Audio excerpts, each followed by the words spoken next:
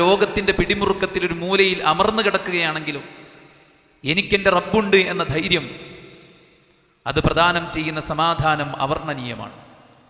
Love അലിമൽ മുലൂക്ക് വ അബ്നാഉൽ മുലൂക്ക് മാ നഹ്നു ഫീഹി മിനൻ നഈമി വസ്സുറൂർ.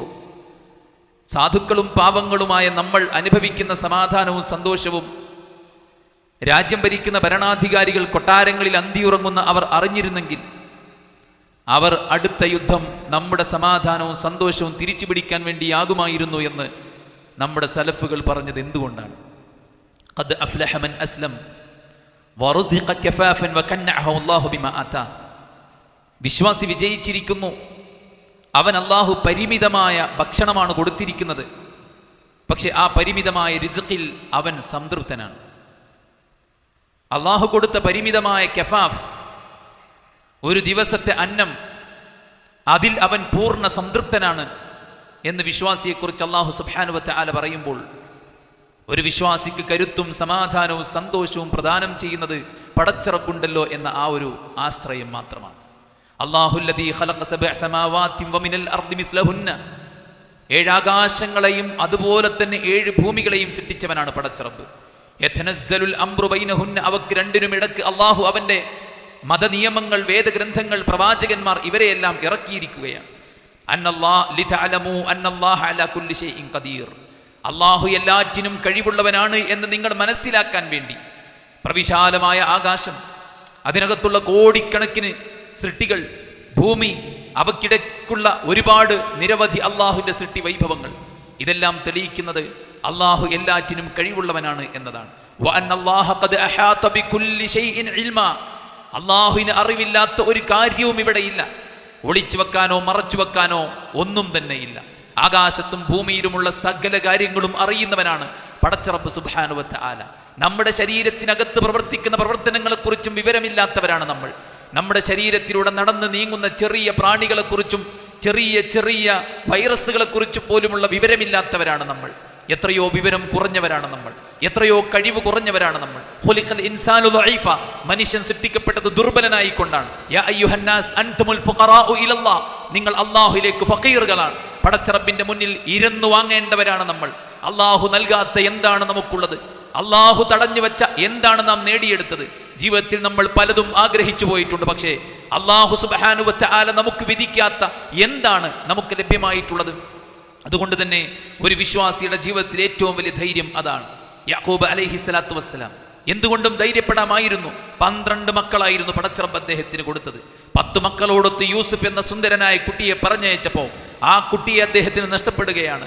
ആ കുട്ടി കൊട്ടാരത്തിൽ ജീവിക്കുന്നുണ്ട് എന്ന വിവരമറിയാതെ ദുഃഖാർത്ഥനായി ആ പിതാവ് ക്ഷമിച്ചും സഹിച്ചും പടച്ചറബിനോട് പ്രാർത്ഥിച്ചും തൻ്റെ ജീവിതകാലം കഴിച്ചു കൂട്ടുമ്പോഴാണ് നാട്ടിൽ ക്ഷാമമുണ്ടാകുന്നത്.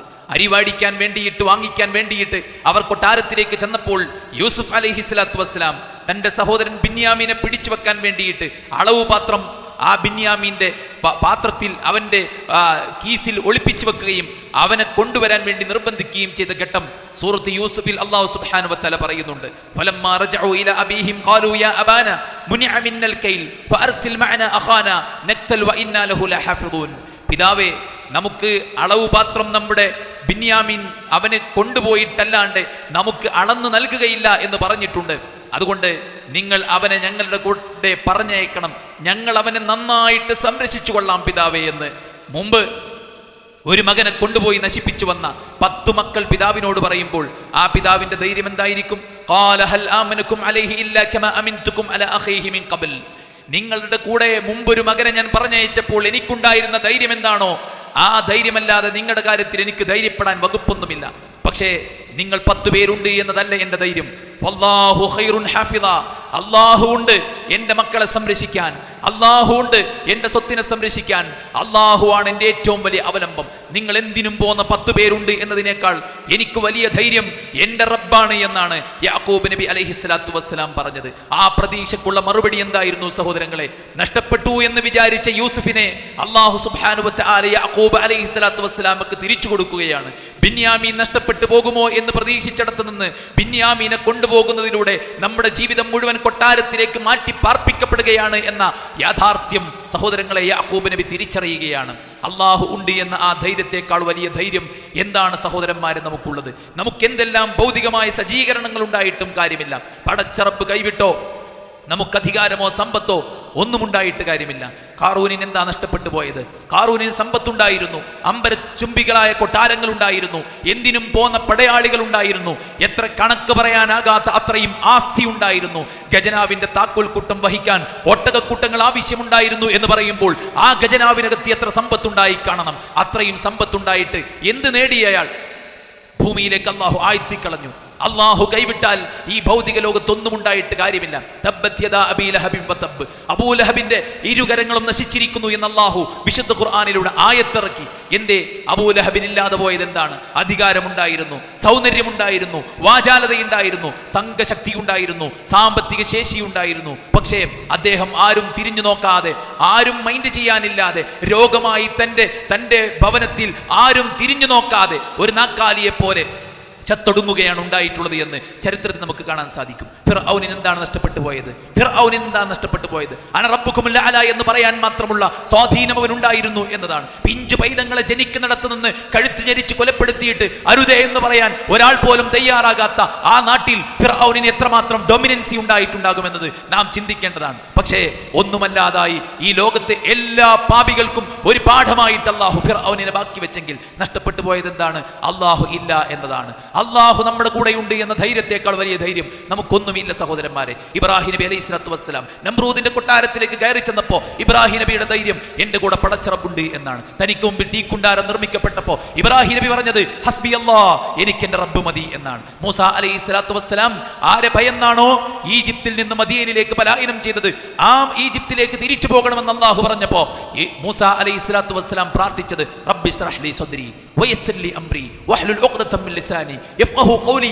അല്ലാഹുവേ, എന്റെ ഹൃദയത്തെ നീ വിശാലമാക്കണം, എന്റെ കാര്യം നീ എളുപ്പമാക്കണം, എന്റെ നാവിലെ കെട്ട് നീ അയച്ചു തരണം, എന്റെ വാക്കുകൾ മറ്റുള്ളവർക്ക് നീ ഗ്രാഹ്യമാക്കണം. വജഅൽ ലി വസീറൻ മിൻ അഹ്ലി ഹാറൂൻ അഖി, എന്റെ സഹോദരൻ ഹാറൂനിനെ എനിക്ക് സഹായിയായി നീ നിശ്ചയിച്ചു തരികയും ചെയ്യണമെന്ന് പ്രാർത്ഥിച്ചുകൊണ്ട് മഹാനായ മൂസ അലൈഹി സ്വലാത്തു വസ്സലാം ഇറങ്ങി പുറപ്പെടുകയാണ്. അല്ലാഹ് പറഞ്ഞു, നിങ്ങൾ പേടിക്കണ്ട മൂസ, ഹാറൂൻ, രണ്ടുപേരും പേടിക്കണ്ട. നിങ്ങളെ ഞാൻ അസ്മഉ വ അറാ, ഞാൻ നിങ്ങളെ കേൾക്കുന്നുണ്ട്, ഞാൻ നിങ്ങളെ കാണുന്നുണ്ട്. സ്വച്ഛാധിപതിയായ ഫിർഔൻ നിങ്ങളെ ഛേദിച്ചു കളയുമോ എന്ന് നിങ്ങൾ പേടിക്കണ്ട. ഞാൻ നിങ്ങളെ കാണുന്നുണ്ട്, ഞാൻ നിങ്ങളെ കേൾക്കുന്നുണ്ട്. കയറി ചെന്നു കൊട്ടാരത്തിലേക്ക്, തൗഹീദ് പറഞ്ഞു.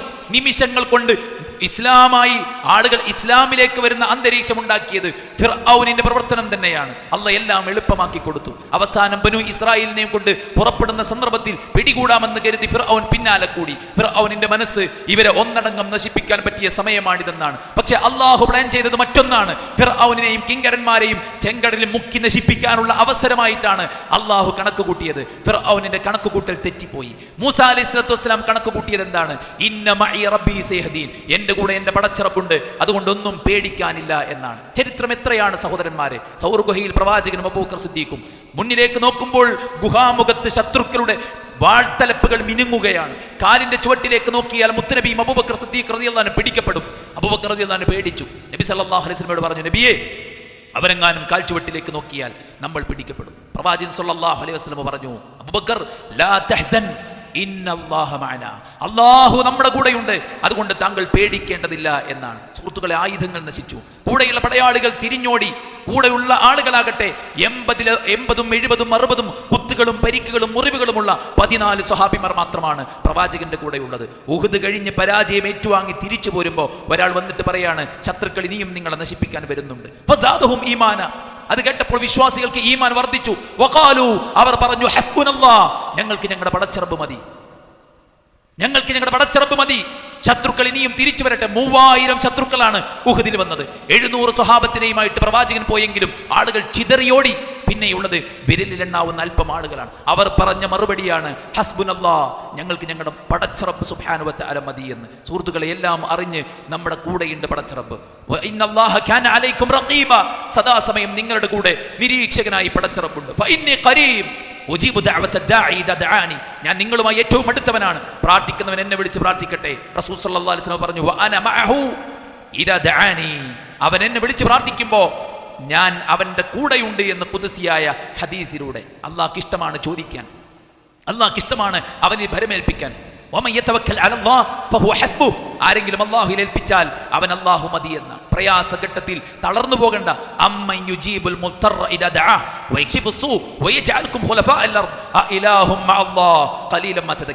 പ്രയാസപ്പെടുന്ന ഘട്ടത്തിൽ വിളിച്ച് പ്രാർത്ഥിച്ചാൽ ഉത്തരം തരാനും നിങ്ങളുടെ പ്രയാസങ്ങൾ നീക്കിത്തരാനും അല്ലാഹുവല്ലാതെ ആരാണ് നിങ്ങൾക്കുള്ളത് എന്ന് പടച്ച റബ്ബ് സുബ്ഹാനഹു വ തആല ചോദിക്കുകയാണ്. അല്ലാഹുണ്ട് പ്രയാസഘട്ടങ്ങളിൽ വിളിച്ച് പ്രാർത്ഥിക്കാൻ. ഇന്നല്ലാഹ ഹയ്യുൻ കരീം യസ്തഹീ ഇദാ റഫഅ അർ-റജുലു ഇലൈഹി യദൈഹി അൻ യറുദ്ദഹുമാ സിഫ്റാ. അല്ലാഹുവിലേക്ക് ഉയർത്തപ്പെട്ട കൈകളെ ഒന്നുമില്ലാതെ തിരിച്ചുവിടുന്നതിൽ ലജ്ജ കാണിക്കുന്നവനാണ് പടച്ച റബ്ബ്. ഉദ്ഉല്ലാഹ് വഅൻതും മൂഖിനൂന ബിൽ ഇജാബ. ഉത്തരം നൽകുമെന്ന വിശ്വാസത്തോടെ നിങ്ങൾ പടച്ച റബ്ബിനോട് ചോദിച്ചോളൂ. സുബൈർ ഇബ്നു അവ്വാം മരിക്കാൻ കിടക്കുകയാണ്. മകൻ അബ്ദുള്ളയെ വിളിച്ചുകൊണ്ട് പറഞ്ഞു, മകനെ, എൻ്റെ കടമാണ് എൻ്റെ സങ്കടം. അതുകൊണ്ട് ഞാൻ മരിച്ചാൽ എൻ്റെ കടം നീ വീട്ടണം. നിനക്ക് ബുദ്ധിമുട്ടുണ്ടാകുമ്പോൾ നീ എൻ്റെ മൗലയോട് ചോദിക്കണം. അബ്ദുള്ള ചോദിച്ചു, ആരാണ് നിങ്ങളുടെ മൗല? അല്ലാഹു ആണ്.